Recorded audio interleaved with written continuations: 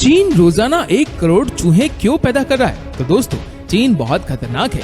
कब क्या कर दे कुछ समझ में नहीं आता।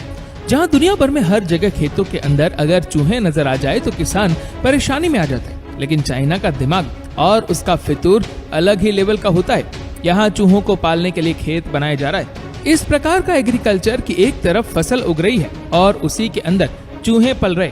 चूहों को भी ऐसी फीलिंग आती है कि वो खेत में मस्त घूम रहे, मटर गश्ती कर रहे, लेकिन उनको मालूम ही नहीं कि चाइनीज कब उसे उठाकर खा जाएंगे। दरअसल चाइना को ऐसे भी लीडर मिले हैं कि अगर उसे देश को आगे ले जाना है तो पूरे देश को भूखमरी में डाल देते थे। मतलब इतना बड़ा स्टेप उठाते थे कि पूरे देश में अगर पैदावार बढ़ानी है तो एक तरफा पूरे काम किए जाते थे। उससे नुकसान क्या होता है ये नहीं दिखा जाता था। तो ये डिक्टेटरशिप टाइप के लीडर थे। इनके चलते कई बार इनकी पॉलिसीज कुछ ऐसी होती थी कि चाइना में कई बार अकाल पड़ जाता था। एक ऐसा दौर पे आया था जब खेत के अंदर काफी सारी चिड़िया घूमती है और वो बहुत नुकसान पहुंचा रही थी, फसलें खा रही थी। तो तुरंत फरमान निकाल दिया गया कि जो जितना हो सके चिड़ियों को मारे, बंदूकों से मारे, गुलेलों से मारे। जब चिड़िया आपके खेतों में आए तो जोर जोर से बर्तनों को बजाए, उनको लैंड मत करने दे। आखिर में परेशान होके थक कर मरने लगी चिड़िया।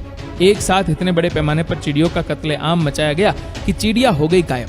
अब बड़ा खुश हुई वहाँ की सरकार, लेकिन बाद में पता चला कि चिड़िया तो सब खत्म हो गई। पर चिड़िया असल में करती क्या थी?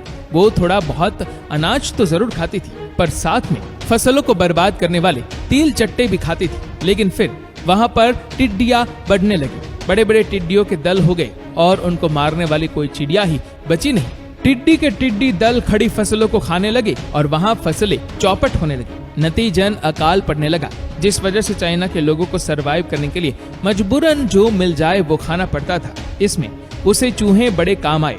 थोड़े समय बाद तो वहाँ के लोगों का ये सरकारी क्वेश्चन बन गया। देखते देखते वहाँ के लोगों को चूहों का मीट बड़ा पसंद आने लगा और इसीलिए आज चाइना में चूहों को पालने के लिए बड़े बड़े फार्म बनाए जाते हैं। मतलब कि आसपास फसलें उगाई जाती है और बीच में सीमेंट कंक्रीट का इस्तेमाल करके बॉक्स बनाया जाता है। फिर जब चूहे बड़े और ताज़ा हो जाते हैं तो उसे निकाल कर खा जाते हैं।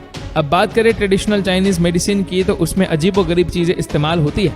कभी सांप की आंख तो कभी कुछ और। उसी प्रकार से चूहे के लीद यानी कि उनका मल मूत्र जो होता है उसे मस्त ये लोग पहले सुखाते हैं, पाउडर करते हैं, उसके बाद इस्तेमाल करते हैं और इसी से खून में जवानी लाते हैं। आपको बता दें कि ये पिंजरा लगभग 6 स्क्वायर मीटर का रहता है और 1 मीटर की उसकी ऊंचाई रहती ताकि चूहे भाग न सके। डिजाइन इस प्रकार से किया जाता है कि उसमें थोड़ा सा रेतीली मिट्टी का इस्तेमाल किया जाता है और सूखे पेड़ों की छाल का भी इस्तेमाल किया जाता है ताकि चूहे अपने आप को घर पर एकदम आराम से महसूस कर सके। बात करें इनके प्रजनन की और पॉपुलेशन कंट्रोल की, तो फार्म में जो ये चूहे पाए जाते हैं वो तेजी से रिप्रोड्यूस करते हैं, जिसमें मादा हर साल कई छोटे छोटे बच्चों को जन्म देती है। ये उच्च प्रजनन दर जो है मार्केट की डिमांड को पूरा करने के लिए जरूरी है। जो फार्म्स होते हैं प्रजनन को मैनेज करते हैं, हर 2 सालों में प्रजनन वाले चूहों को बदलकर जेनेटिक स्टॉक मजबूत बना रहे, जिससे प्रजनन क्षमता में कमी न आए। प्रजनन प्रक्रिया को ध्यान से मॉनिटर किया जाता है ताकि एक स्वस्थ पॉपुलेशन और इफेक्टिव ग्रोथ रेट सुनिश्चित किया जा सके। बात करें आर्थिक लाभ की, जिसके बगैर चाइनीज सोचते भी नहीं। मतलब पैसा नहीं मिलेगा तो करेंगे भी नहीं। तो कुल मिलाकर कहा जाए तो काफी बड़े पैमाने पर चूहों की खेती करते हैं ये लोग और बड़ा मुनाफा कमाते हैं।